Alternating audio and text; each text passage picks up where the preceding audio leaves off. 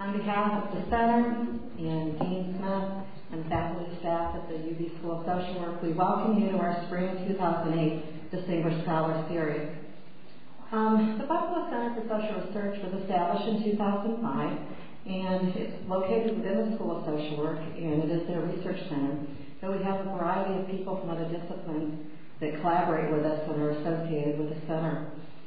Part of our mission of our center is doing community-based research, and our faculty are doing very important research in a variety of topics, and they're doing it in collaboration with many of you here.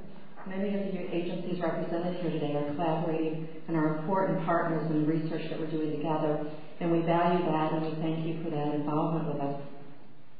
One of the other things that we're committed to at the center is really doing our part to try to bridge that research to practice and practice to research. And just as our community-based research initiatives are an example of that, so is this Distinguished Speaker Series that we have each fall and each spring, where we offer it free of charge to the university community and to the practice community. And we're able to do that because of the generosity of our Dean, Nancy Smith, who supports it in order for us to be able to provide this to the community. What I would like to do at this point is welcome you, tell you that our agenda is for the next 2 hours. We'll have Dr. Hogan here who will be presenting to us, and then there'll be an opportunity for questions and interaction with him. And then at 4 o'clock, we'll be moving to the room next door, where some of you I have heard have already discovered, where we're going to be having a reception. And some of the students have some of their work from the semester in poster presentations to share with you during the reception, and we'll be having that from about 4 to 5:30. At this time, I would like to introduce Dr. Nancy Smith, Dean of the School of Social Work, who will serve as the convener for today's lecture portion of this, and she will be introducing our 2008 Distinguished Scholar, Dean Smith.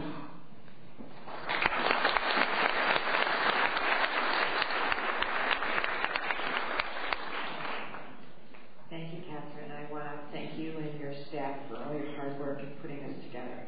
We've become flawless event planners. Well, I have the pleasure of introducing our speaker, and most of you probably know something about him, but I'm going to give you a little bit of background because I think that I've seen many commissioners of mental health come and go in New York State, and our speaker, Dr. Hogan, is really, I think, among the most qualified that I've seen. It's really exciting to have him heading things up for us. Dr. Michael Hogan was confirmed in March 2007 as Commissioner of Mental Health in New York. He served as Director of the Ohio Department of Mental Health from 1991 to 2007 and led Ohio to the top ranking in the 2006 ranking of state mental health systems by the National Alliance on Mental Illness, NAMI. He also previously had been Commissioner of Connecticut Department of Mental Health from 1987 to 91.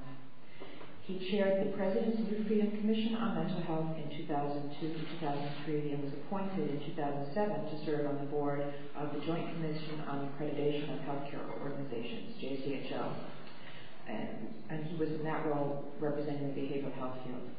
He served from 1994 to 1998 on the National Advisory Mental Health Council as President of the National Association of State Mental Health Program Directors from 2003 to 2005.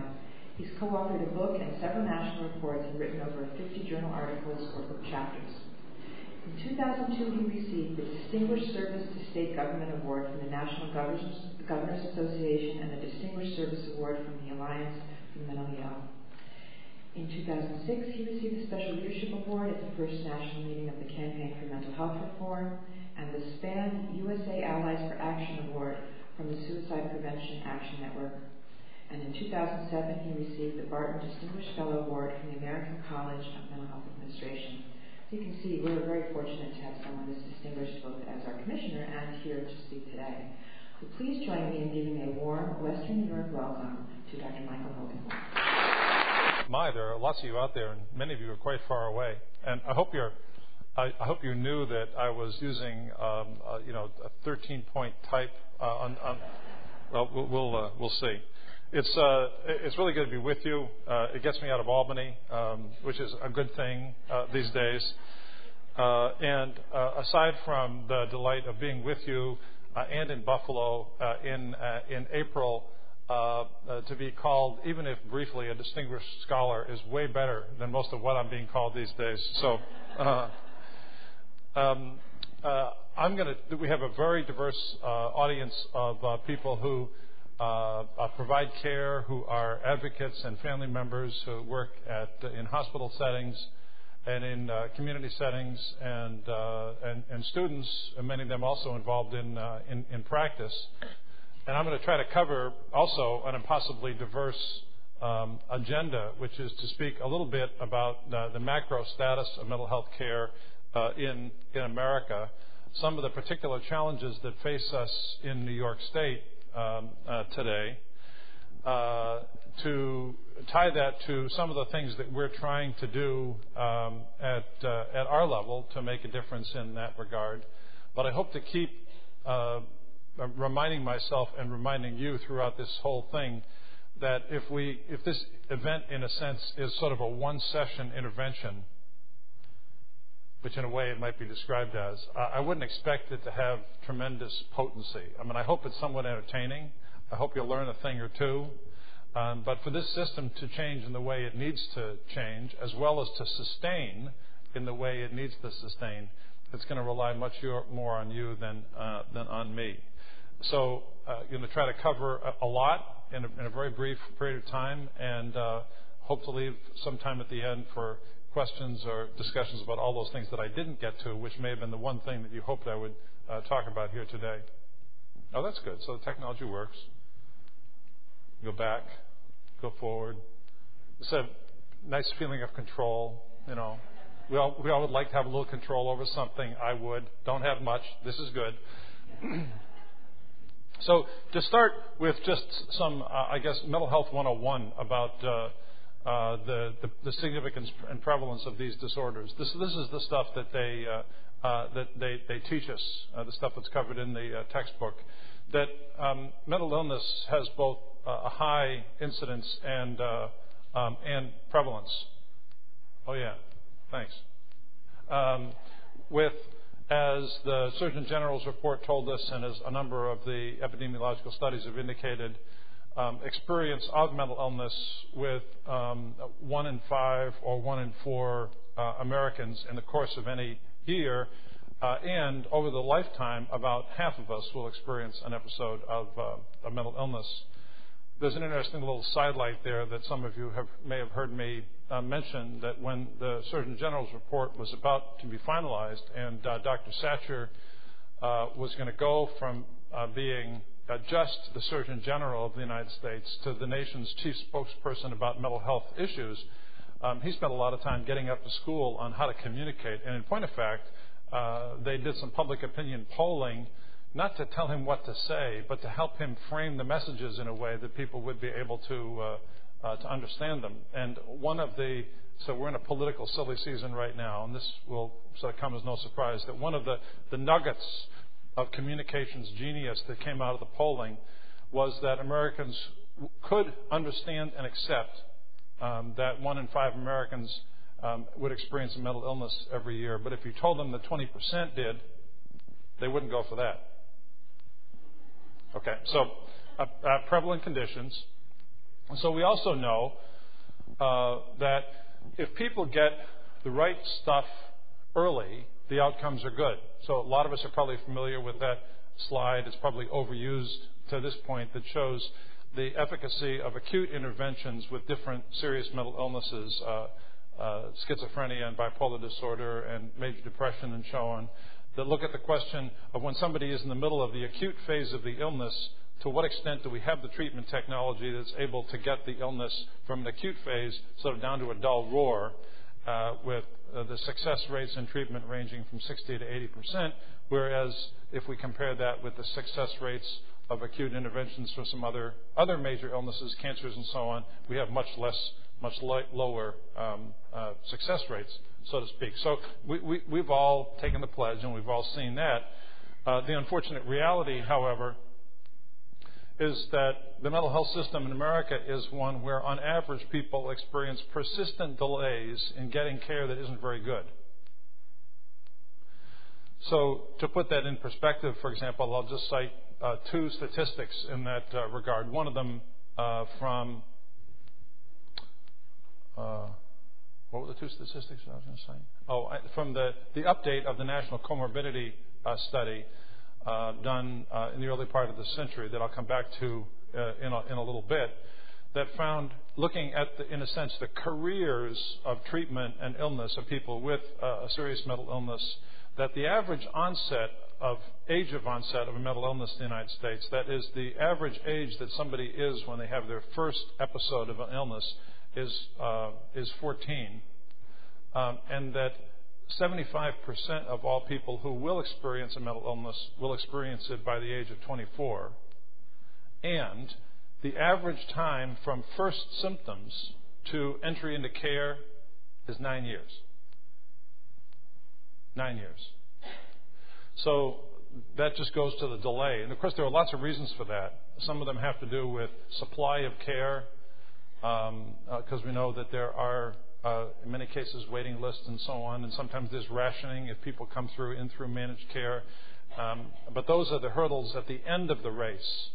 Even before you get to that, there are the first hurdles at the beginning of the race, where we ask parents to figure out whether this bizarre behavior of their teenagers or pre-adolescents is normal, or whether it's due to a behavioral aberration. I mean, that's hard enough to figure out for those of us who have got advanced training in that regard.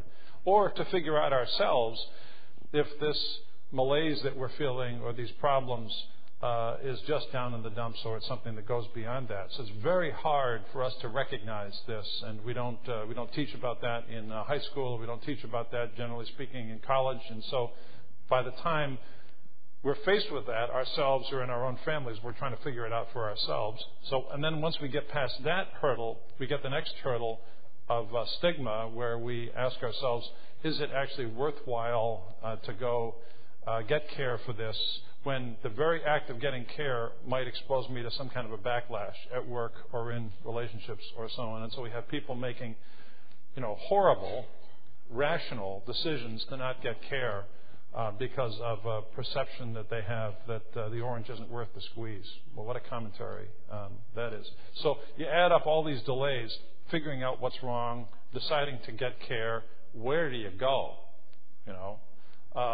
Navigating all of that, navigating your insurance if you have it, which may not cover this stuff, and then figuring out finally, when you get to the end, a relationship with somebody that you can trust and count on, which is critical to these good outcomes. So for all these reasons, we have persistent delays.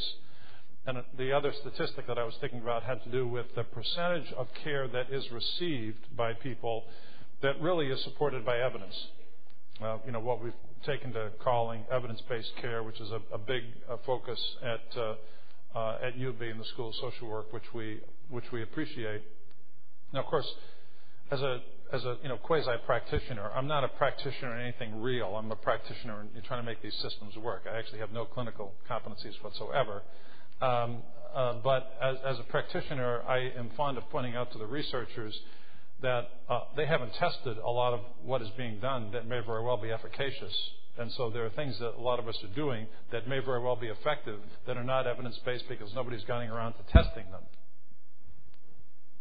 So, come on down, researchers, to the real world. On the other hand, we have a lot in the last 20 years that is proven to be effective. We have a lot of other stuff that we're doing that is known to be ineffective, which doesn't stop us from keeping on doing it. So here's my statistic about optimal care from Scott Hengler, the developer of multi-systemic therapy, who, unlike a lot of the researchers who do a study and then move on, Scott has stayed in the game as a purveyor now of MST and figured out how to create programs to help people to adapt that practice, that difficult and complicated and effective practice, into their community agencies and to provide them with assistance in it. So God bless him.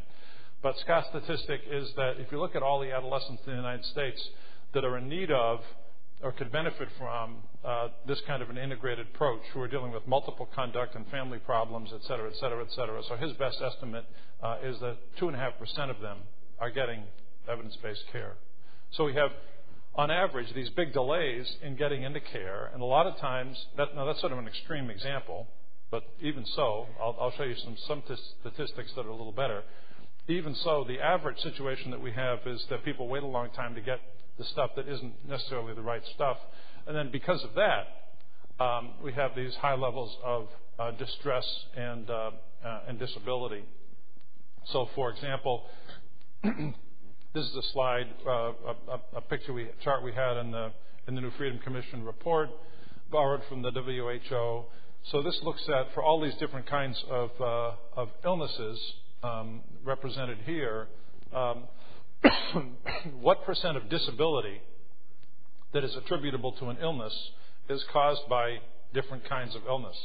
And so here you have down at the bottom here some popular and known to be very important illnesses like diabetes and cancer that don't contribute that much disability, in part because people get them at end of life, and oftentimes, not all the time, but in many cases. Whereas if we sort of go up here, we see that a quarter of all disability due to illness is caused by mental illness, another substantial amount by alcohol and drug use, another substantial amount by Alzheimer's disease and dementia.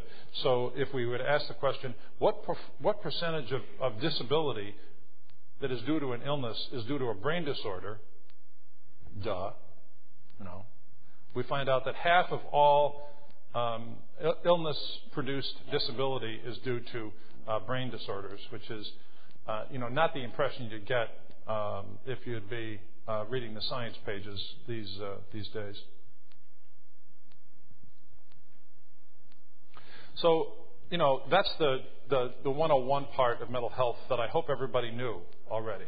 So we're going to go like a little deeper here into this, and we're going to answer or debate, or I'm going to debate myself, which is even more fun. This question of are we doing better or worse in mental health care in the United States of America? Now, fortunately, you don't have to rely on me for this because I've stolen, as I usually do, evidence from other places about this. But it's an interesting parlor game conversation to have with people in the field or outside the field, because you can make a pretty strong argument that things are getting better. You can say we've got these new treatments, and it turned out to be quite as good as they were advertised, but we have these new treatments, both somatic treatments and also psychological treatments that are now proven effective. And we have the first ever Surgeon General's report on mental health just within the last decade. There were 34 reports on smoking by the time they got to the first report on mental health, but nonetheless we're appreciative to Dr. Satcher's leadership for advancing this field. And then you have the once-in-a-generation evidence of interest of a U.S. president, a very passing interest.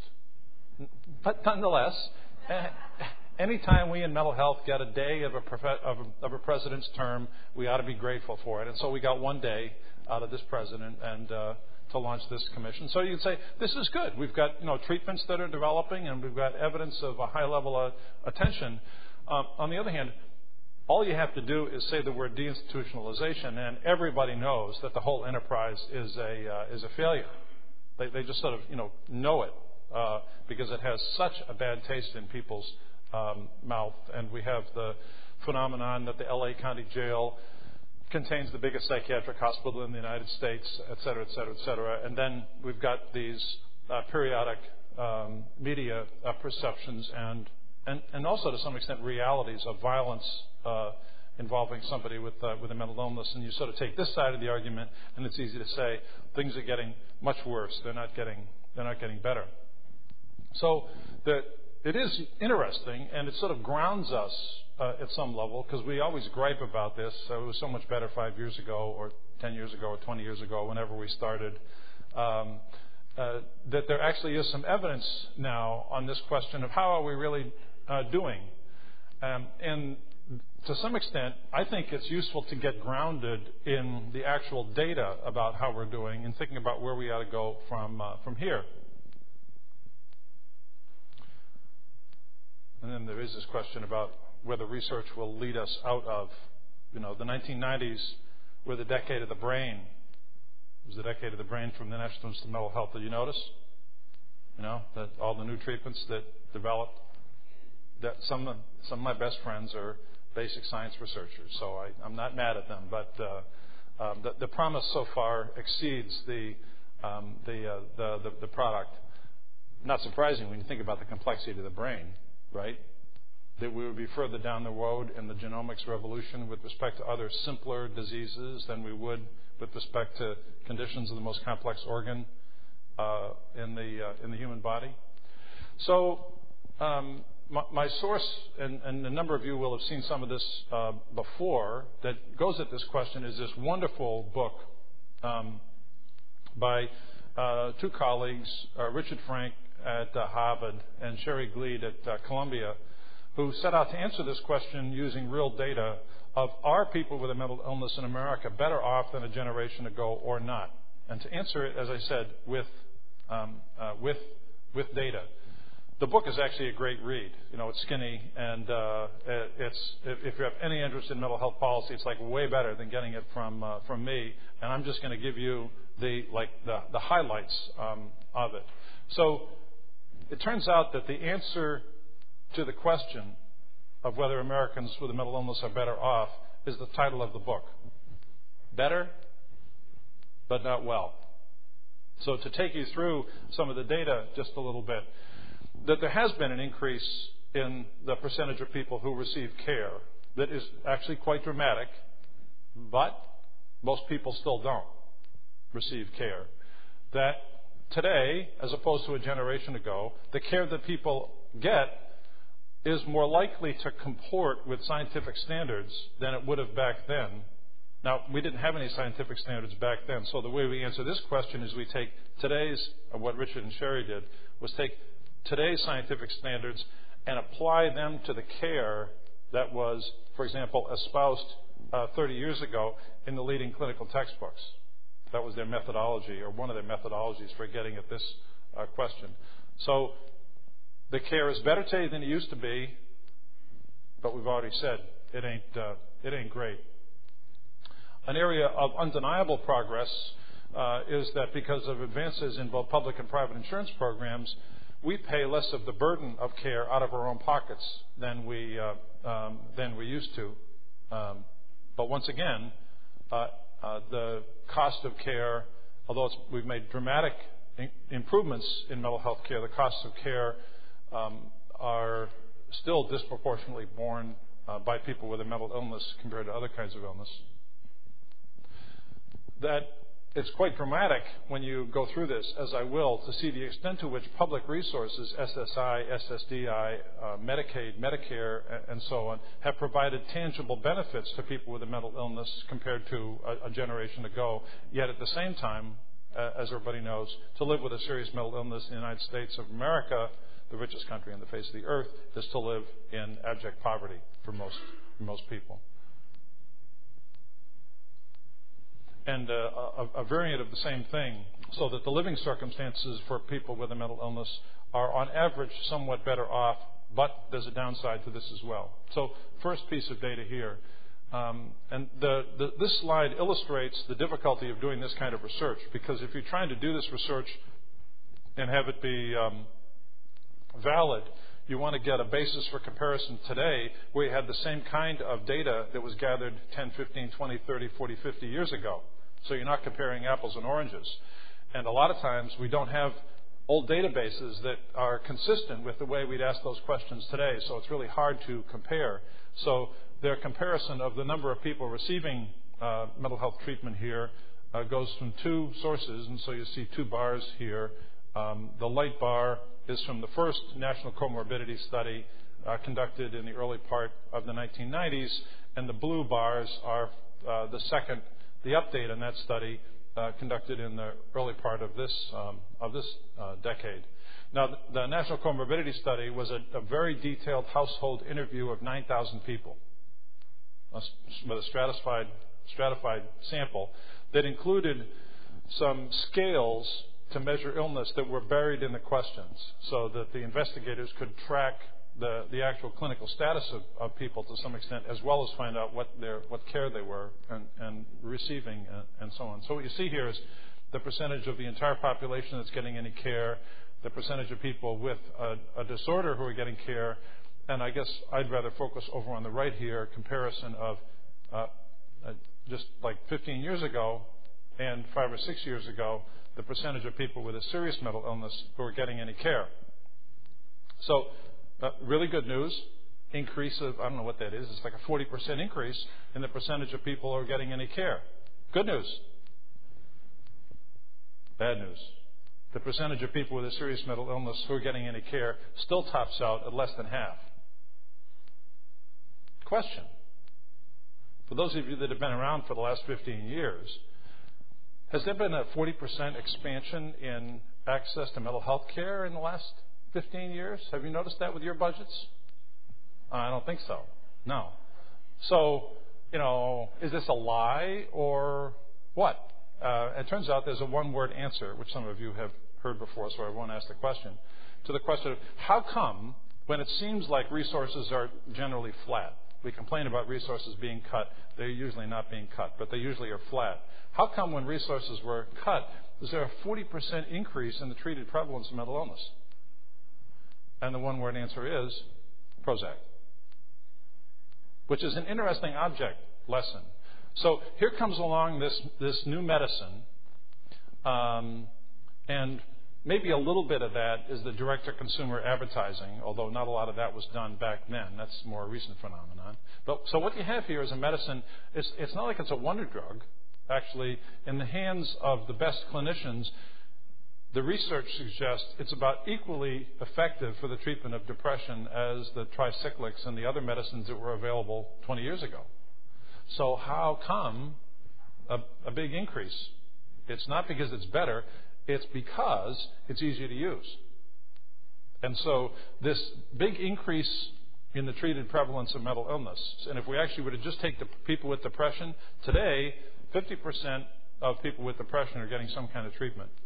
And mostly what they're getting, more good news, bad news, is they're going to their GP who are willing to use these meds, the other SSRIs and so on, in a way they weren't willing to use some of the old meds because they were so complicated and tricky to dose and so on.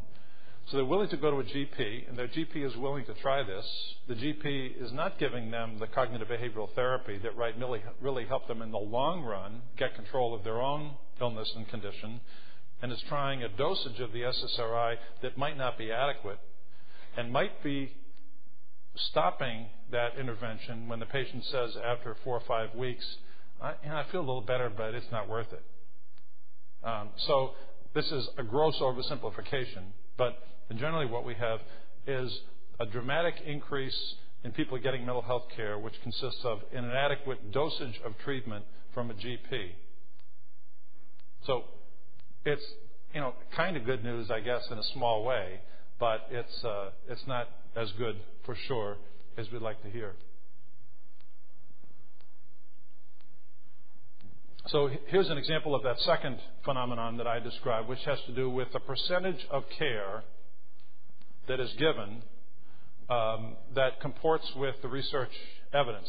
Now, here we have, there are several different examples in the book. This example is just people with schizophrenia.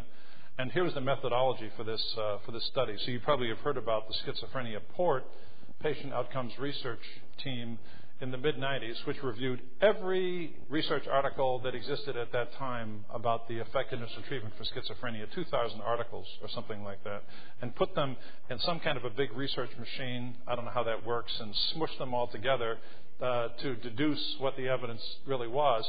And then one of the things they did was to go out with that evidence and actually do sort of claims audits of care that people were getting to see what percentage of the care was consistent with that evidence. And so what that leads to was a finding that we're up to about 40% of all care for schizophrenia being consistent with guidelines. Now, of course, schizophrenia is a complicated disorder. I think actually we're going to find that it's several different disorders that have similar symptoms. And so for many people, good care is going to require the right medicine at the right dosage over a long period of time, which you're not going to get unless you have a personal relationship with the prescriber over a long period of time. There's actually evidence about that. The biggest factor that affects medication adherence You trust your doc, right? Okay, so I would put, trust one's doc, first evidence-based practice for treatment in schizophrenia, and then keep that doc for a long period of time. Good luck. And then, so we've got the medication treatment, but that is not enough. You've got to learn how to live with the illness.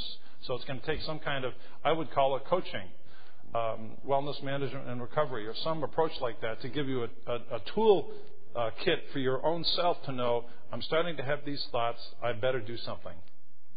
I better chill, I better take a pill, I better tell my doc, I better go pray or meditate or whatever the skills are that I've learned to address that. We've got to teach people what those skills are. And then one of the most potent evidence-based interventions for people with schizophrenia, supported employment, which when used in real-world community settings, we find that half of all people with a serious mental illness choose and get and keep a job. Not a full-time job, probably a part-time job. They may go in and out of that job. But compared to 15% employment among people with a serious mental illness who are receiving care in New York State, 50% is actually quite good. So that's why if you add all these things up, the percentage of medication treatment that is within norms is better, certainly, than the percentage of people who get good psychosocial interventions, including supported employment.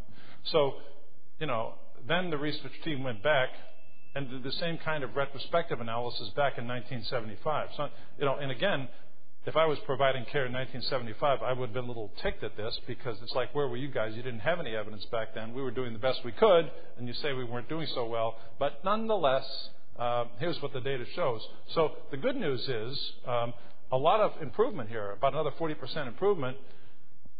The bad news is most care is still not as good as it ought to be.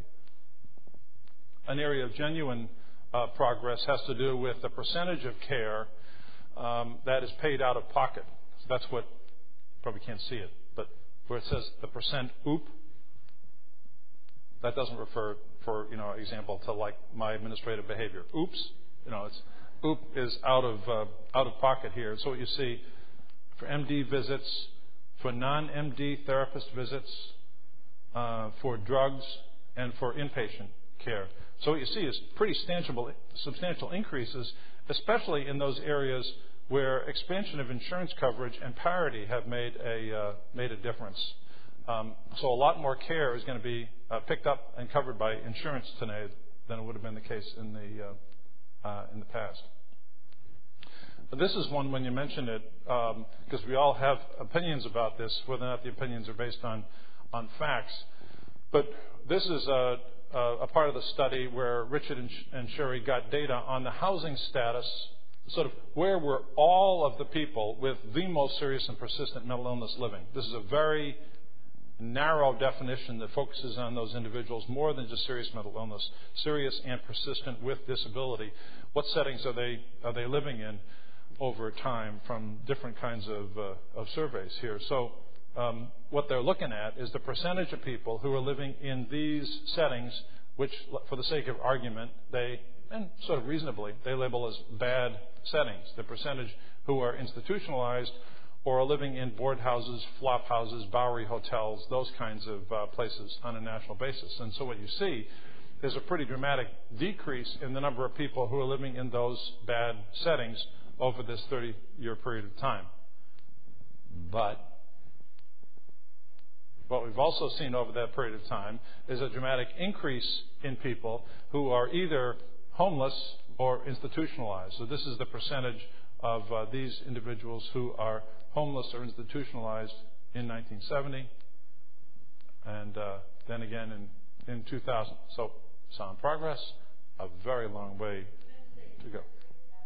Oh, incarcerated, right. So institutionalized, but in that kind of an institution, the big house. So this is sort of dramatic, and to a sense, this slide explains all the rest. And if it goes to the question of what resources are available to the people with the most serious mental illness, with a comparison of different kinds of benefits and what percentage of people have them in 72 and then 1988. So this is the percentage of people with serious mental illness who have food stamps, Medicaid coverage, SSI, SSDI, and Section 8 housing. Of course, Section 8 is the federal program. This wouldn't include the 30,000 people in New York State that are in state government subsidized, supported housing.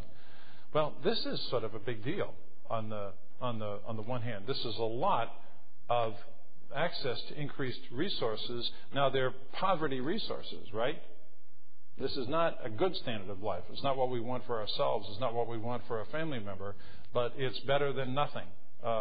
And so all this leads to a curious finding, and I actually argued with Richard and Shari about sort of almost every aspect of this work as they were developing it, because it was done with the support of the MacArthur Foundation on Mental Health Policy Research that has a couple of people who are not researchers who participate in this. But I lost pretty much all the arguments because they turned out they actually had data. So there, and I know this is true, and they're like, well, that's not what the data says. So, but here's the finding, that people with a mental illness are on average better off, and they are better off not because of what we've done, but because they've had access to a little money, a place to live, a little bit of treatment.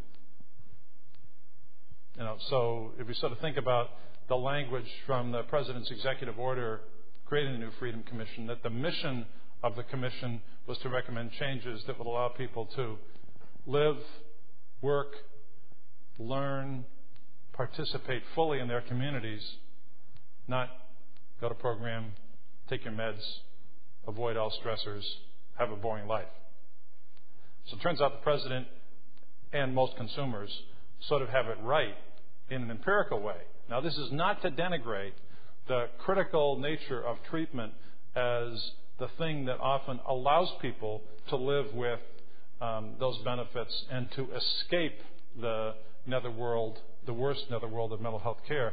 But we should have a little bit of humility about this if we're in the mental health professional biz. And it should begin to get us asking some questions about what our priorities for the services we deliver are. This data should begin to help us think about our priorities for what is going to be most helpful with the next generation of people that we're taking care of right now. This is one of the other things that has made our life so much more complicated. This has actually created a full employment paradigm for bureaucrats like myself, but it makes stuff much worse if you're a consumer or a family member, or if you're actually trying to coordinate care for people. So going back to about 1970, the theory was, we knew what the community mental health center was going to have to be like, and our theory of this was that we would have these different kinds of care and support available for the person, and it would be coordinated by a case manager. And the only problem was we didn't have the benefits. Medicaid didn't cover mental health center care back in 1972. We didn't have the housing benefits. We needed more Section 8. All those other benefits that we've seen didn't exist. And so what we had to do was just add those benefits to create resources available for people. So we went about adding all these benefits, and every federal benefit, turns out, is of course administered through its own siloed system at the state level, and then it goes to a different silo at the federal level. And so to access this, you've got to go to a different place to fill out a different 9-page form with your Social Security and your address, and bring documents that verify that. And you've got to do this a lot, and we ask you to do this when you're in crisis. So good news is a lot more benefits are available. When we did the President's Commission, we counted 38 federal government programs that deliver some kind of a benefit to some population of people with a serious mental illness, which is a good thing. And just God forbid you're trying to navigate this for yourself or a family member, So coming back a little bit to the world that most of us live in, if we were to say, well, so we've had these benefits, they're incomplete, but we've had these benefits that people have achieved through mainstream programs, but what about the world we live in? What about the treatment we're trying to provide with people? So this is a way too complicated slide out of the book that doesn't look at the question of it's not exactly an evidence-based kind of question. It looks at what's the best available treatment technology that we had in like the 1950s, and what's the best available treatment technology we have in the year 2000, and how much better is the best than what we had back then. And it turns out we got a way to go. So if we just look, for example, in the case of schizophrenia, and this is an oversimplified chart, but if we were to say that in 1955 or 6 we had the early conventional neuroleptics, Haldol, Prolixin, yada, yada, yada, and that was about what we had that had any efficacy. If we fast forward to today and say, what do we have that is really an order of magnitude better than what we have back there? And so what Richard and Sherry says about it is you look at the research, what we really got that might be available is clozapine really is different. They might gain 40 pounds. You know, it's like it's going on chemo to go on clozapine. But if I develop a psychosis that, you know, nothing else touches, sign me up for clozapine because it gives some people an access to life that wouldn't have been possible otherwise. But this is not a great record of scientific advances over this period of time. So it's not like I'm nihilistic about this. The way I describe this to my basic science friends is that I persist in the delusion that science is going to give us an answer. And actually, I'm certain that it's going to give us an answer. The question is just going to be, is it going to be in my lifetime that the promise of genetic research can translate into personalized treatment? So I've been having this conversation off and on with Dr. Jeff Lieberman, the chairman of psychiatry at Columbia. And so I was down there for a tour through their labs recently to look at some of what they're doing. And it's made me moderate my position a little bit, because if you look at the technology they have now with respect to, I'll sort of give one example, to be able to look, without going through all the methodology, to be able to look at brain slides of people who are receiving antidepressants. Now, it's unfortunate that how they got the brain slide is that people suicided. But the brain slides of people receiving antidepressants show the creation of new brain cells. The creation of new brain cells. And you can see it on the pictures. Well, that and a few other things begin to mount up to something. And so I am confident that we're going to get there in a little bit of time, probably after my career is over. So scientific innovation has contributed less than we would like to think for the improvement in these changes. But if you saw the movie A Beautiful Mind, and you thought about the horrible care that Dr. John Nash got then, and if you think about the way we deliver care today, you can see we've made a tremendous amount of progress, not by innovation, but exnovation. Let's throw out all the stuff that is either hurtful, or maybe it's not hurtful, but it's doing no damn good. Excuse my French. Let's just stop doing that. Great leap forward. Stop the bad things. So if there are any things that you're engaged in that are not effective, it'd be interesting to ask whether it's possible to stop doing those things.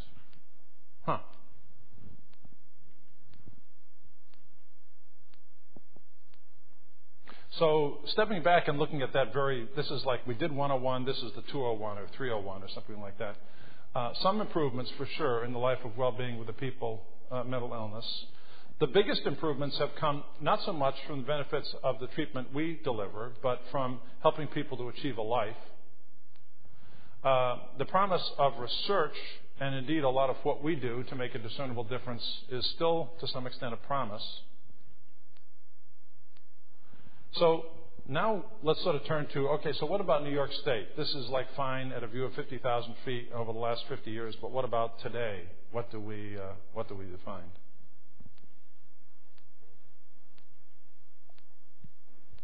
So what I'm going to do is, in a sense, everything that we've just said probably applies to New York State, but I'm going to sort of give you, like Mike's quick diagnosis after being here for a year and running around a lot, as to what strikes me about things in New York compared to a bunch of other places that I've been in.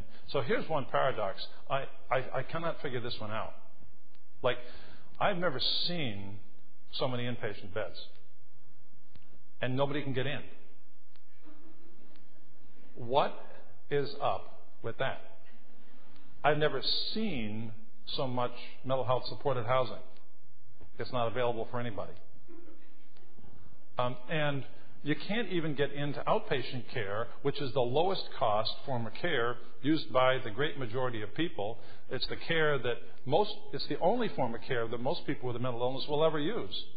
And it's very inexpensive compared to almost any other kind of health care. And if you finally go through all those hurdles in that race that I was describing before and figure out that there's a problem, or your spouse convinces you that you got a problem, and you decide to go get help, and you say, I'm going to tough it out and take the chances of stigma, and you get down to this place that you couldn't find to begin with, and you have questions when you go there, and you walk in, and they say, you're not that sick, you're walking wounded, come back in 6 weeks. That's not very good. So we have all these problems in New York State.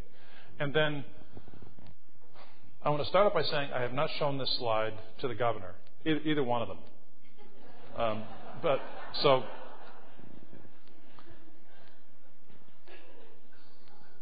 So here we are down at the bottom.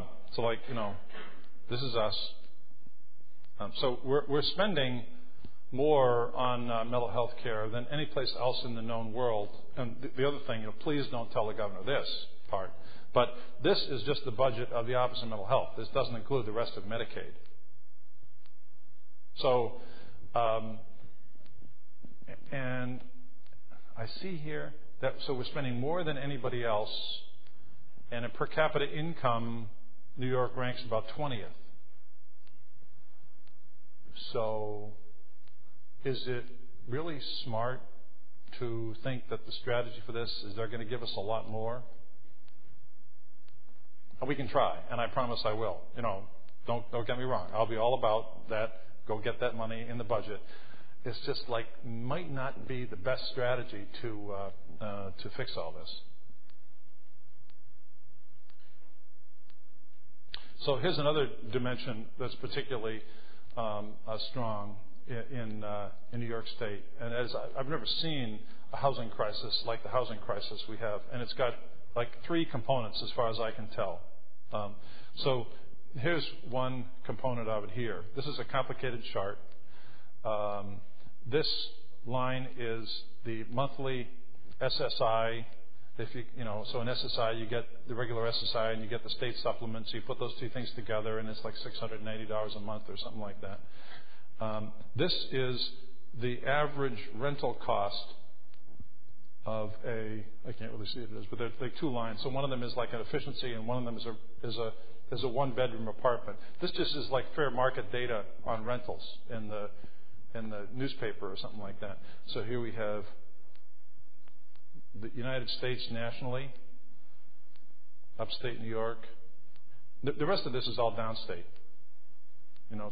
Long Island, New York City, Westchester, et cetera, et cetera, et cetera. This line right here is a line at the percentile of one's income that housing advocates say ought to go for your housing. If you're spending more than about 40% of your income on housing, they say you're house poor. Okay? So you'll notice this. There's not one county in the United States of America where you can afford to rent an apartment at this level on SSI. There's none. So problem number 1 that we have in New York State is actually this problem right here, and that is that most of the state of New York is exceptionally high-cost housing. And as a matter of fact, by my calculation, and this is like with a little calculator, so I don't know if it's right, but I sort of added up the number of people who are poor, living with serious mental illness downstate. This is Poughkeepsie South. in New York State. It turns out we have more poor people living in exceptionally high housing cost communities in New York State than in the rest of the country. Now, there are places like this everywhere. I mean, this is true in Hollywood and the suburbs of Boston and so on. Those are mostly relatively small places, though. So you can move to the next county and do fine. In New York State, you got to, move to Buffalo. Well, this gets into the other two problems. I grew up in Schenectady, so I can say this. This goes to the other two problems that we have, and these are self-inflicted wounds when it comes to mental health housing. The first of these is the theory we developed back in the earliest days of deinstitutionalization. Now, I personally was never involved in deinstitutionalization. I was always personally involved in trying to help people who were stuck in the hospital get a place to live in the community. I don't know about the deinstitutionalization thing, but that's what I, and probably most of the people that were doing this work for as long as I have, which is an embarrassingly long time, that's what we were doing. And when we started out in that, we didn't have a clue about what to do. But it seemed logical to us that people who had been in the hospital for an awfully long time and had lost all their skills as a result of being in the hospital. Right? Okay. So you've been in the hospital for a long time. You line up and wait for meals. You line up and you wait for a program. You don't know how to cross the street. You don't know how to. I can remember a story about a good friend about a guy who had been in the hospital a terribly long time, a really problematic guy with real problems with anger management, who they had very carefully thought through a community placement for him and rehearsed with him every step of what he'd have to do to succeed in the community, including the fact that this guy's main pleasure in life was to go get a Coke once in the morning and to go get a Coke once in the afternoon. And they found a Coke machine at a gas station. They showed him how to walk there. They got him the Cokes. They did all this kind of stuff. And the whole thing fell apart when the first day in the placement, he went there, put the quarter in. It wasn't a quarter anymore. It was a quarter when he got into the hospital. It was 50 cents right now, and he had one quarter.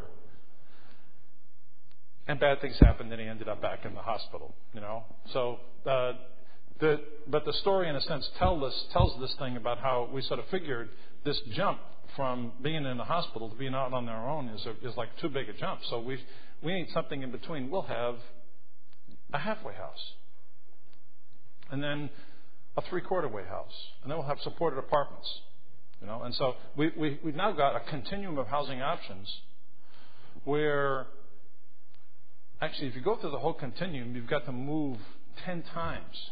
So each time you get stable, you have to move.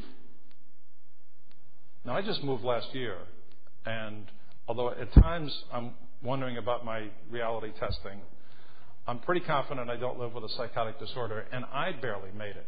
And they paid me a lot of money, and my wife did all the work. And then, so imagine what it's like to go through these experiences and have a psychotic illness, and then just when you know where to pick the bus up and you know where to walk through town so it's not dangerous, and after you figured all these complicated things that we're like, guess what? You get to move. So this is a self-inflicted wound when it comes to mental health housing. And the second self-inflicted wound that we've created is the perception that everybody with a mental illness is going to have to live in some place that is a mental health place. What is up with that? So we've got this housing waiting list bill that's being debated in the legislature so that anybody with a mental illness can sign up, presumably, for housing that's the responsibility of the state. Whatever happened to go rent an apartment? Whatever happened to have two people? Never mind. I'm done. I'll stop. I promise. I've been on the road a long time. And so second problem that, boy, I bet you can relate to even better than I, because I'm sure you butt up against it every day. I have never seen these siloed bureaucracies be so intense as they are in New York State. So I just heard the story over lunch about a community clinic years and years ago doing exactly the right thing in serving people with a co-occurring alcohol or drug problem and a mental illness, told by the regulators, no, got to be in two different locations, got to have two different front entrances, got to have two different bathrooms. I don't know whether urine tests are being done, in the bathroom, but like 2 different bathrooms, what? And so we create a situation where the average person who is dealing with a mental illness and some physical health problems and some kind of alcohol and drug problem, not necessarily full-fledged addiction, but if you've got schizophrenia or bipolar disorder, it doesn't take full-fledged alcoholism to be a problem with your brain chemistry, right? So the average person who is dealing with multiple problems, and we've created a system where you've got to get on 3 different forms of public transportation on 3 different days to go to 3 different places, at least one of where, when you show up in the waiting room, they look at you like you're really weird, and it makes you extremely uncomfortable, and you don't want to be there. Bozo, right? Oh, my. No one is responsible. We're dealing with a situation in New York City right now where there have been these several well-publicized episodes of violence involving people who have a mental illness. And boy, is it deja vu all over again. I mean, how many of you remember Susan Sheehan's book, Is There No Place on Home for Me? Is There No Place on Earth for Me? About a woman fictitiously named Sylvia Frumkin with schizophrenia who goes all over different locations in New York City, never finds a place that is her place to be. Fast forward 20 years, and you have Andrew Goldstein push Kendra Webdale under the subway, a tragic circumstance. And instead of, it turns out like there are 2 things. First of all, Andrew Goldstein, if you go back and read the investigation, was trying really hard to get care. He just didn't like the care at the place he was getting it. He was shopping all over the place, wasn't able to be engaged. And so instead of doing something about that, we create a highly controversial assisted outpatient treatment program that serves about 2,000 people a year, which is the only place in the state of New York where people receiving multiple services have somebody actually monitoring to make sure that the services are received. We didn't do that with the rest of the mental health system. We just did it with assisted outpatient treatment. Now, this is not to say that in many communities, far more upstate than in New York State, we have voluntary and county and local collaborations that keep track of people, or we provide care for them in integrated approaches like assertive community treatment and so on. But to the extent that that's happening because you've taken it on yourself to create that kind of a situation. The state of New York does not require it, doesn't insist on it, doesn't even facilitate it. So here we are once again with several episodes of fragmented care, and you ought to stay tuned and see whether we're able to, first of all, avoid doing stupid things, and second, whether anything that we're able to do coming out of this might actually do something that would keep this from happening again. Well, it's impossible to keep it happening again. And then, unfortunately, somebody told the budget office about it. And now, nothing except housing. I mean, we understand that housing is necessary. Nothing except housing is paid for unless Medicaid will pay for it. And Medicaid is a real good payer for a lot of stuff, but it won't pay for a place to live, and it won't pay for a job, and it won't pay for friends. In other words, it'll pay for everything except those things that are most critical to a good life in the long run. And it is more addictive to the budget people than cocaine. Like by a lot. I don't know what we're going to do about this one because they are really stuck on it. And so I stand before you to say, as the bureaucrat, I'm powerless. I have never seen. I actually had forgotten because I worked in this system for a year or 2 a long time ago, and maybe I was at a level. As an intern that I didn't really observe this stuff. Oh, my God. So I've been telling one story that, for me, sort of typifies the bureaucracy, and it's just one. We should probably have a contest. And some of the stories we could get that would be really, really something. So my story has to do with civil service, which in the state government, of course, we have to go through to do things like, hire nurses. Well, hello. And doctors in hospitals. Can we do those things? No.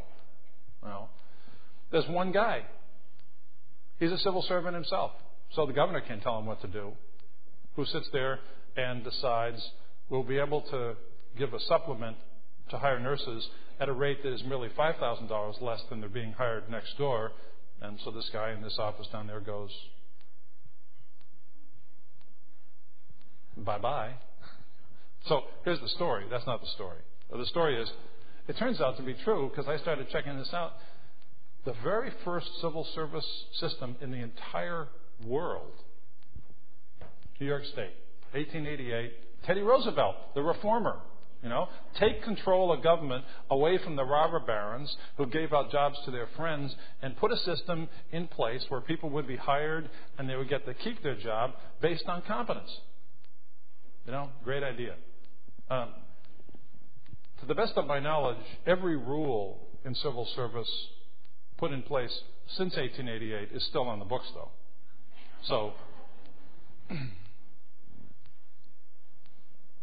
So I'm going to begin to wrap up, not as quickly as you'd like, but by talking a little bit about some of what we're trying to do, so you get some sense of what some of our priorities to make this chaotic system work a little bit better.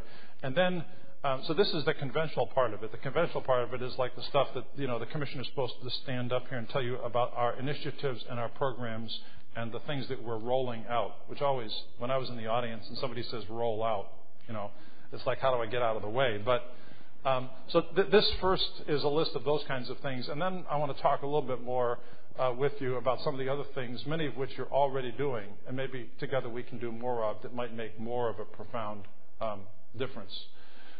So two things that are going on that are actually both quite big and quite profound. The second of these, Child and Family Clinic Plus, which I think will stand as the legacy item of Commissioner Carpinello, my predecessor. This is the biggest and best designed reform of child mental health care going on anywhere in the United States.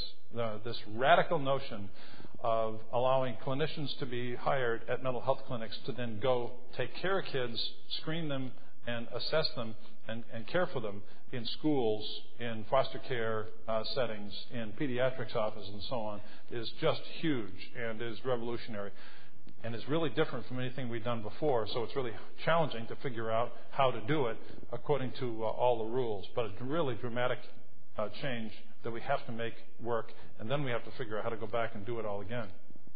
And then second, in the current budget, and all of this survived the budget turmoil of the last 3 weeks. So that's really good news.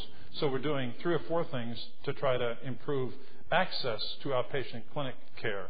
Problem number 1 was a lot of clinics were just paid at a basic rate that was only enough to break even if you didn't provide any supervision and were exceptionally efficient in never having missed appointments. I mean, if you could do those 2 things, you could actually do quite well under this arrangement. So we're actually going to increase that base rate quite substantially. Doesn't mean you can have a lot of missed appointments. That is still a problem. And we do have an issue and a challenge with respect to the efficiency of outpatient operations. I'll just reflect on a conversation with a colleague in one of the counties down the Hudson River, where before this started, the county clinic was besieged because they had these incredible backlogs, and they were starting to get pressure from both consumers and families and elected officials about not having access. So they set about to re-engineer their clinic program even before they were going to get more money. One of the things they did was to go through the whole clinic caseload and look at whether clinic care was the best option that they could deliver for people. And they told me about one case of a woman who had been coming for 17 years and made half of her appointments. This was not like good care. So arranging and beefing up and investing in some peer support and self-help kind of services that would have some clinical backup enabled them to move lots of people who had been taking up very valuable clinic time into supports that were probably as relevant and more helpful, with still the option of coming in if they needed to. Their waiting list is gone. So first thing is to just raise this base rate up so that it provides a really reasonable reimbursement level.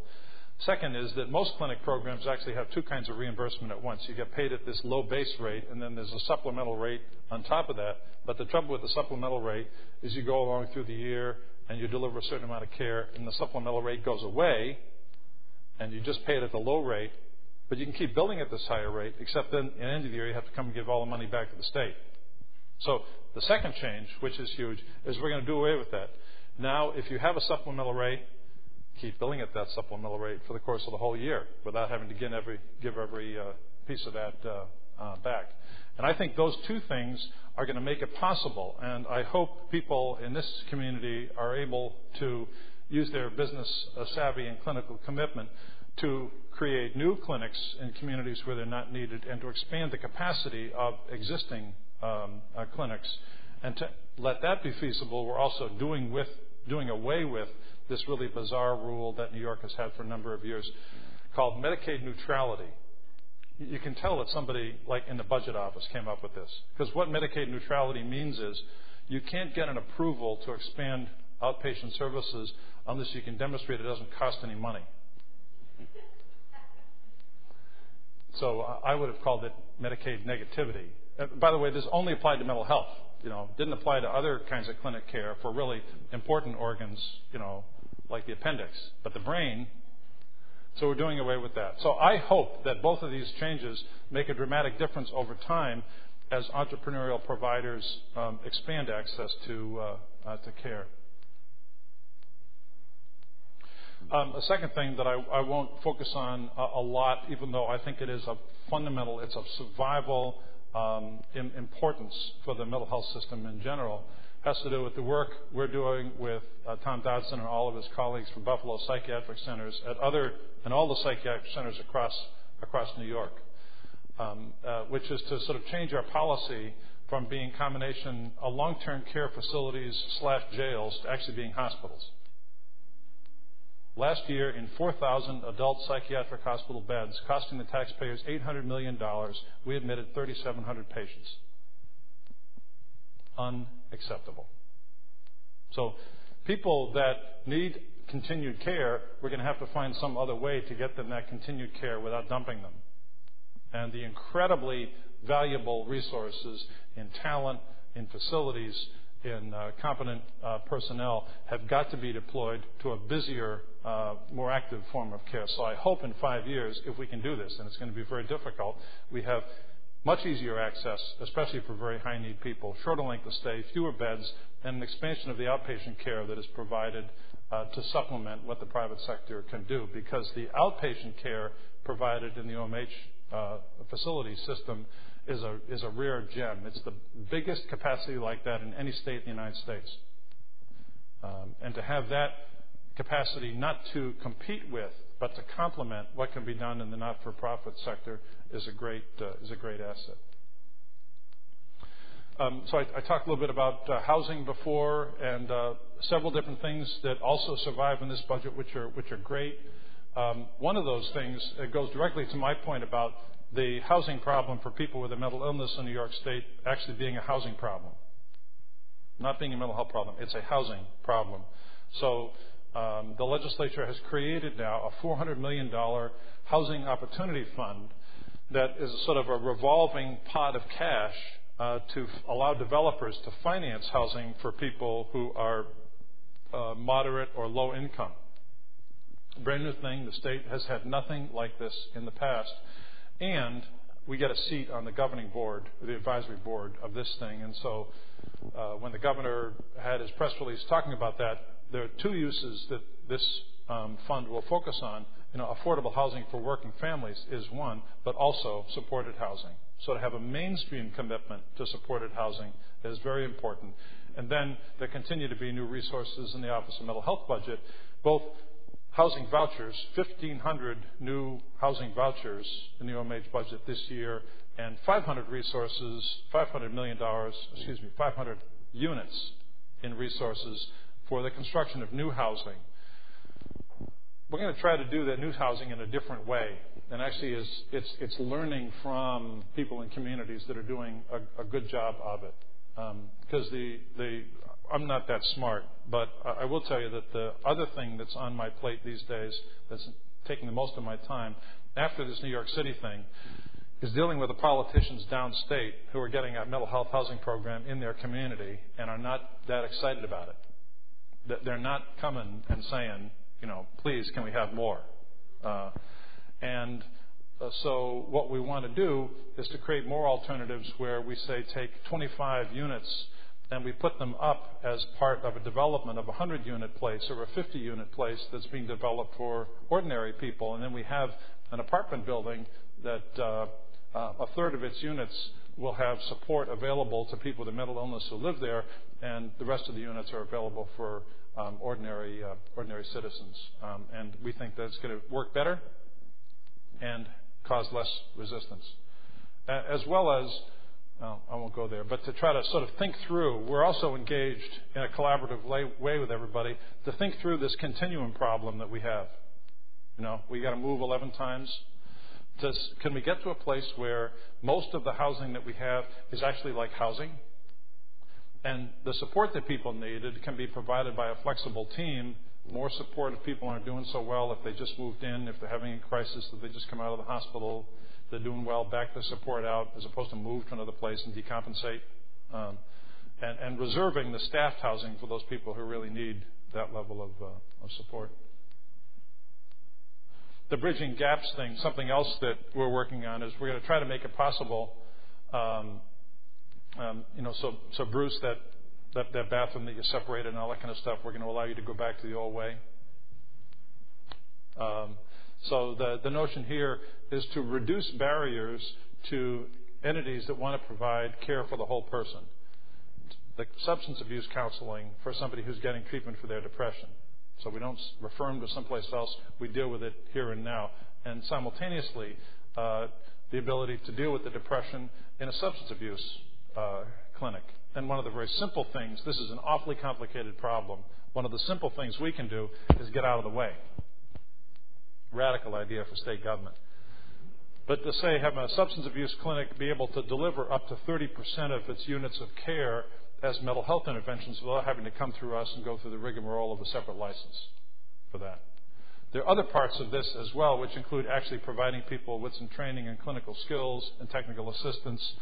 We've been fortunate to have negotiated a $5 million grant from the New York State Health Foundation to help us with the training and technical assistance and support to provide that kind of integrated care. The same is going to be true, by the way, of access to mental health services for those people who go to a health clinic. They don't want to go see a shrink, but they're willing to go to a health clinic to get care. And indeed, a GP or preferably, for example, a clinical social worker who's employed at a health clinic can take care of them in a regular clinic, not a specialty mental health clinic. So the budget does two things about that. It also changes those regulations for Article 31 license programs so they can deliver up to a third, about 30%. It's more complicated than this. It always is in New York. But up to 30% of their units could be mental health units without having to come to us for license as well. And something else of great importance to families and children as the field of social work is the budget also provides for the social workers to bill for care in primary care clinics and in school health clinics. Now, in this budget, for kids, as well as pregnant or just post-delivery young moms.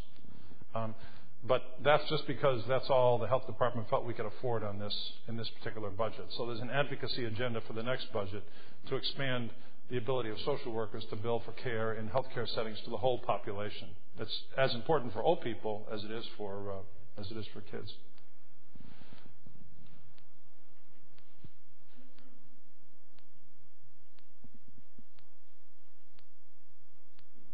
So I've got way too much stuff here, and I think what I'm going to do is cut through this quickly so we can get to some conversation, but I don't want to skip it entirely because there might be a thought or two here that's relevant.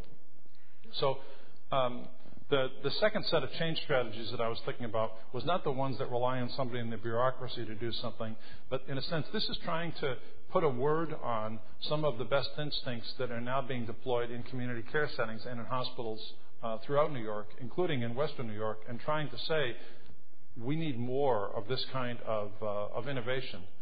My concept of what we're going through in mental health care these days is that when we entered the 21st century, we entered an entirely new era and mission of mental health care. And here's the way I see it. The mission in the 19th century was to protect people. We created the asylums, starting with the state hospital in Utica in 1836, to protect people from the stresses and strains of everyday life. And we took them into a safe, nice place. And then, remarkably, many of them actually did very well and were stabilized and went back home. But without the treatments we have today, and without community care, there was always a certain number of people who didn't get out, who stayed there. The institutions began to get bigger. They began to be silted in a sense. And then somewhere we totally lost our mooring, and the mission switched from protecting people from their communities to protecting communities from the very people we had originally put there to protect. A tragic occurrence. So we started to remedy that in the 20th century, which I would say was the era of treatment. Starting at the beginning of the 20th century with the mental health, the founding of the Mental Health Association and the writing of Clifford Beers and the creation of new active treatment programs like child guidance clinics and psychopathic hospitals that were affiliated with medical schools. So from that point in time, all the way up through the community mental health era, the community support era, and the focus on evidence-based treatments, which was probably the defining movement of the last 10 or 15 years, there was a focus on better treatment for people. We have scarcely mastered, as I've said before, that task of providing the best treatment. But we've got a new calling now. And the new calling is not to focus on the provision of treatment, but the facilitation of recovery. This is what the mission of mental health care in the 21st century is going to be. It doesn't call us to step away one iota from any dimension of the clinical competence that we've worked so hard to build, but it says that that competence that is not invested collaboratively with people in achieving their goals is misplaced. So this is a deep and a subtle shift. And it's a profound shift that we're wrestling with in a lot of ways. And I just want to think out loud about several aspects of it. Now, to some extent, the President's Commission gets unwarranted credit for introducing recovery into the lexicon.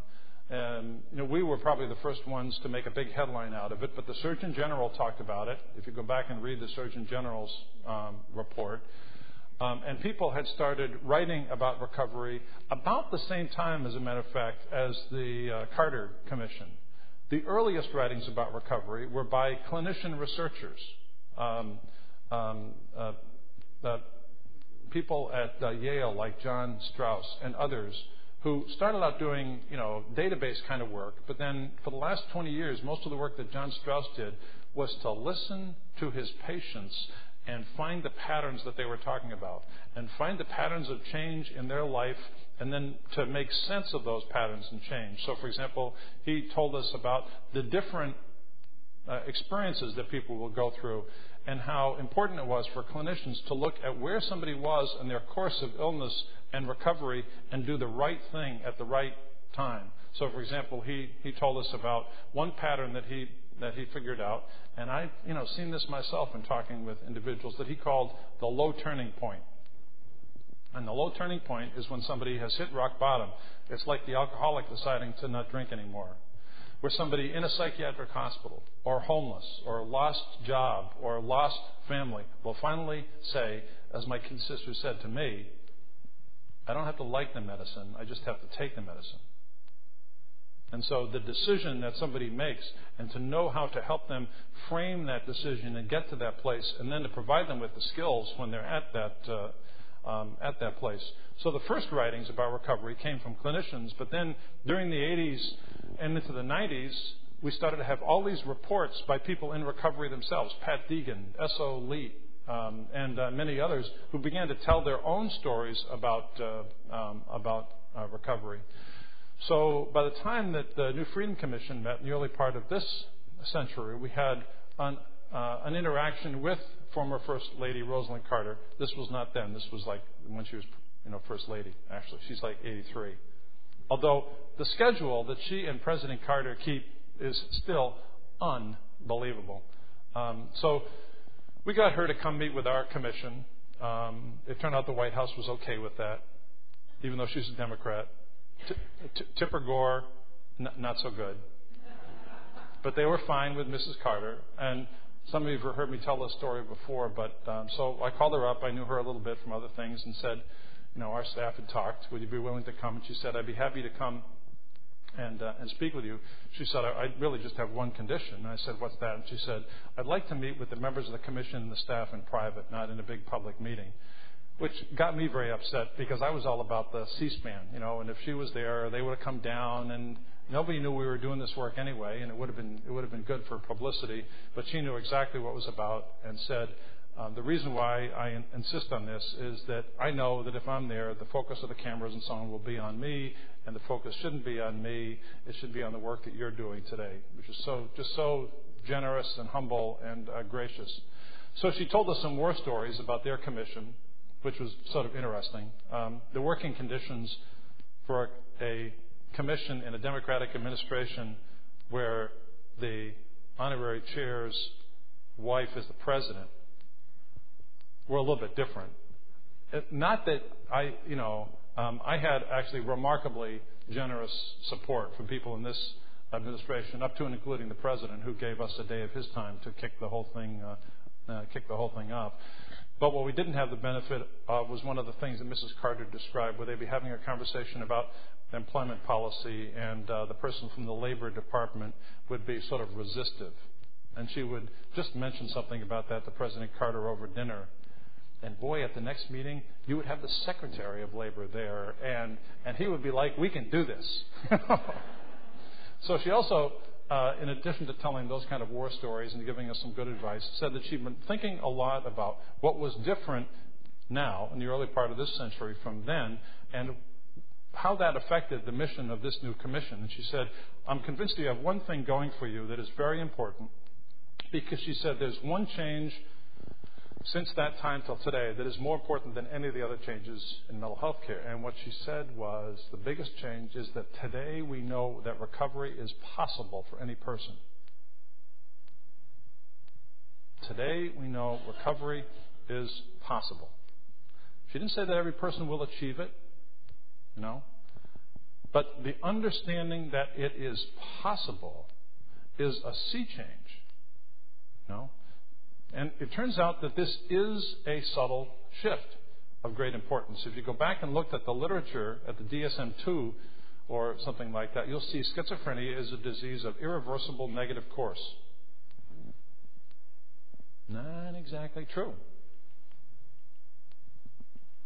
As shown by this really complex and busy slide. So this is a summary. You've seen it before, probably. Of a quick summary of the 5 long-term, very long-term, lifelong studies of the experiences of people with schizophrenia. The one that we tend to know most about is the so-called Vermont story, where Courtney Harding and her fellow researchers tracked down almost 270 people who had been discharged from the back wards of Vermont State Hospital, with, by the way, a very good rehabilitation program. Quite remarkable for that point in time.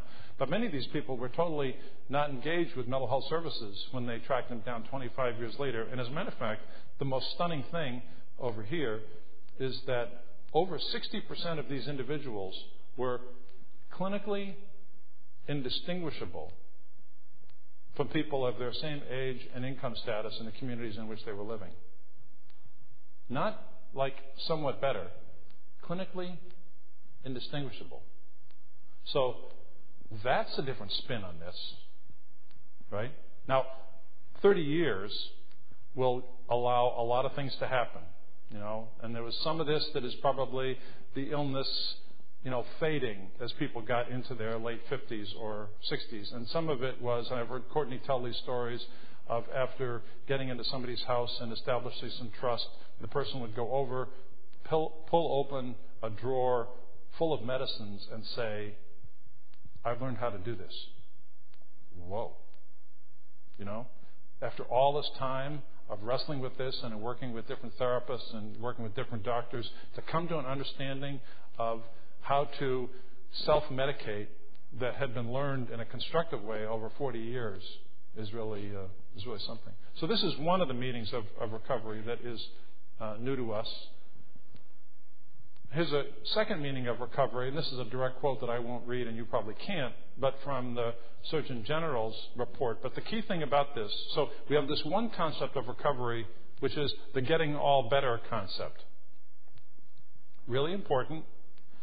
Happens more than we acknowledge, because the people that it's happening to don't come back to see us. We're working all the time with the people who are really struggling with this and having, in many cases, bad lives. But even having said that, I do not want to paint a picture that suggests that, miracle cure for people with schizophrenia is the new way, because it ain't the new way.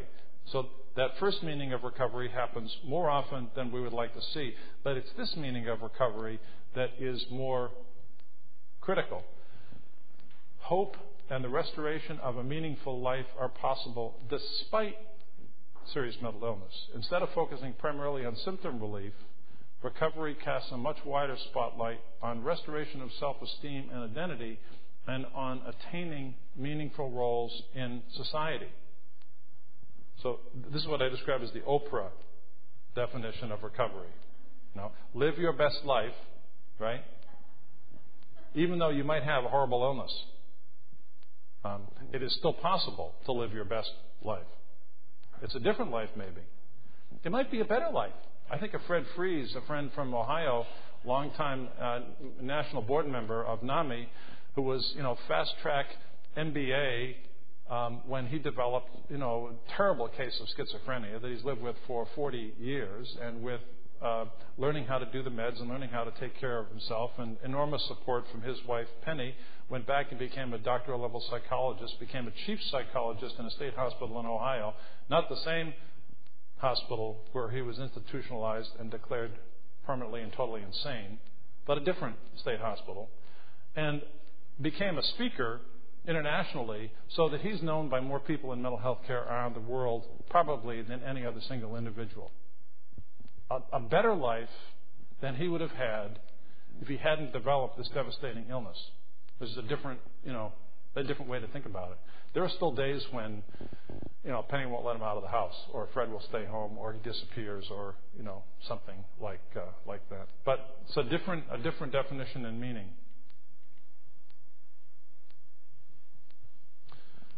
A different view of the lived experience. I'm not going to go through all this. Wellness.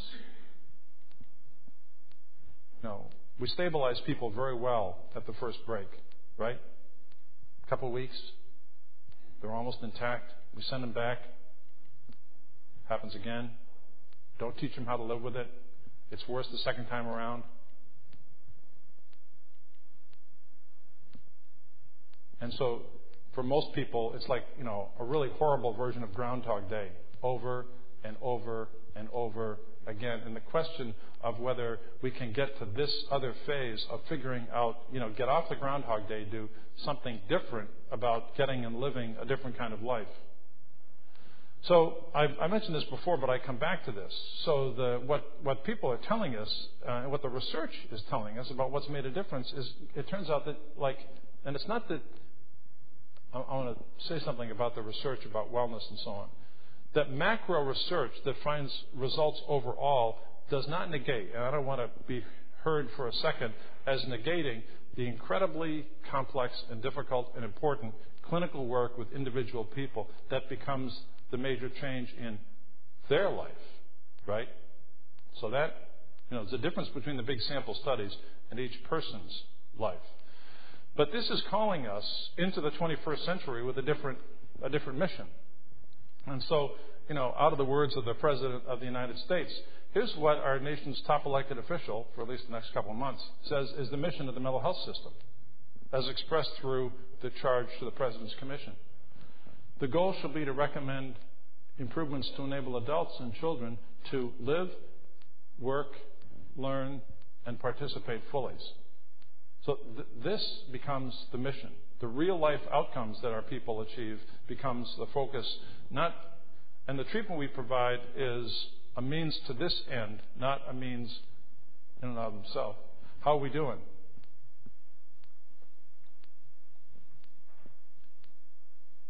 the unemployment rate nationally in New York State among people with a serious mental illness engaged in care in New York State. Do you know that the employment rate of people with a serious mental illness not engaged in care is twice as high? What's up with that? Now, I know, they're not as sick, right? And it's true, they're not as sick. But so have we ever said that might be too stressful? I was talking to my sister. She got some blowback because the people at the day treatment program were a little upset that she went out and got a job interview on her own because she was supposed to go to the rehabilitation program to teach her how to do interviews.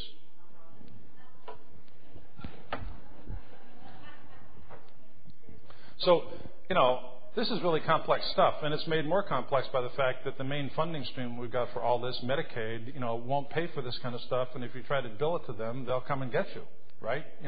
So, that there are real problems in doing this, but somehow I think we can do a little bit better.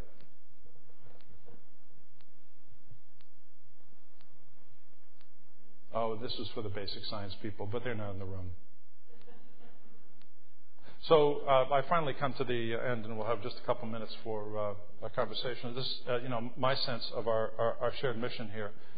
All this talk about change, about new missions, about new initiatives, about all those things. Also, while I don't want to negate the incredibly valuable work with individual people, I also don't want to suggest for a second that the most important task of everybody here is to first, keep the trains running, to deliver good care, to do good charting, to provide the training, to run accountable organizations. I got a letter or a lesson early on in life in this. I was in my first, second or third big administrative job. It was the first one at the state level. I was deputy commissioner in Connecticut, and I was having a lot of fun and going around and talking about all these new things. And Audrey Worrell, who was the commissioner at the time, sat me down and said, "Mike, I'm going to tell you this once.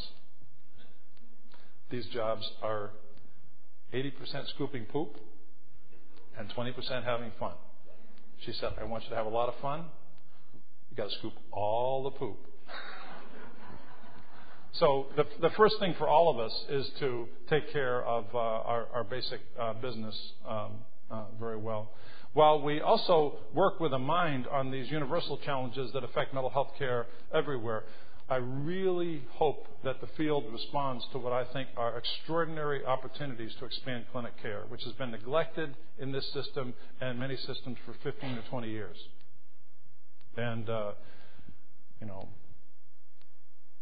we sort of convinced the budget people that it wasn't going to cost that much to make these changes. So I would get out there quick, And we have also this work to do in working in the Empire State, the biggest, most complex, most fragmented state in the world. Well, we all need to spend a little bit of time to think about how we explore and embrace and enjoy in some fashion this opportunity that we have to work in a system which will be, for the first time when we get there, one that is genuinely focused on the goals that our people have for themselves and to deliver what we can to aid them in that goal, which is really recovery-focused, person-centered supports. Thanks.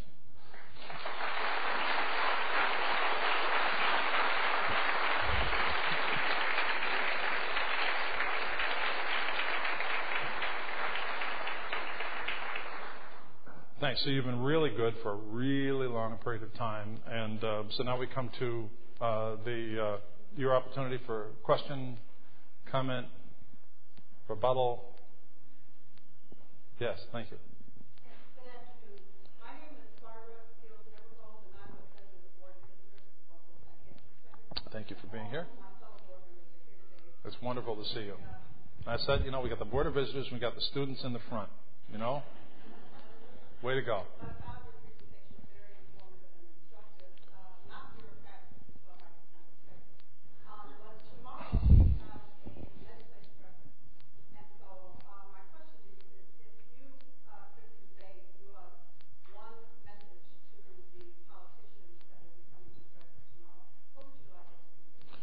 It's a really good question. And I don't know, because a part of, I think, the act of this kind of communication is that we have to understand where they're coming from as individuals and what their priorities. So we don't want to do something that might be on the top of our list, but to them might be, coming upside the head with. So we have to understand that. That's my first thought. I always try to meet people where they are. Then my second thought is what is the message? I'm going to say something impertinent, but I didn't say this, what I'm about to say. Yeah, you heard it somewhere. Well, let me tell a joke first of all, because it's a joke about politicians, and it's I didn't say this either, but to lighten this up, because you've been so good. So you have three professions, or people from three different professions, having a discussion about what was the first profession. And you have a doctor, and an engineer, and a politician. And the doctor, who's a surgeon, says, surely, it's in the Bible. Medicine was the first profession. After all, God took that rib from Adam to create Eve. You had surgery at the beginning.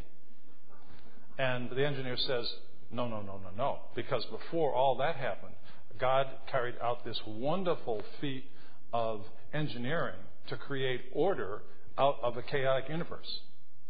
And the politician said, who do you think created the chaos?